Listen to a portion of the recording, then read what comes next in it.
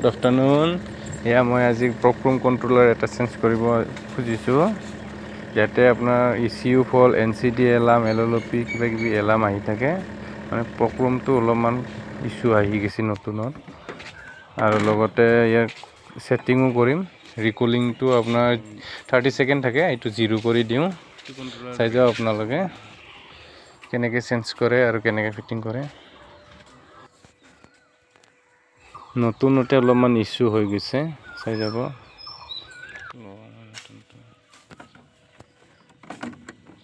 Finally আমাৰ GCS যি প্ৰক্ৰুম লগোৱা শেষেই হৈ গ'ল। এতিয়া ছেটিংটো কৰোঁ। ফিটিং হৈ গ'ল, চাই যাব ছেটিংটো আপোনালোকে। কেতিয়াবা মই পাহৰি যাওঁ, এইটো কাৰণে মই ছ'চিয়েল মিডিয়াত দি থৈ দিছোঁ। এইটো প্ৰেছ কৰিব, কৰাৰ পাছত আপোনাৰ চিষ্টেম পেৰামিটাৰ আহিব। তাৰপিছত নেক্সট ষ্টাৰ্টত টিপি দিলি জেনেৰেটৰ পেৰামিটাৰ আহি যাব। এতিয়া পাছৱৰ্ড খুজিব, পাছৱৰ্ডটো দিব আপোনালোকে। এইটো চাব, পাৰ হৈ গ'ল।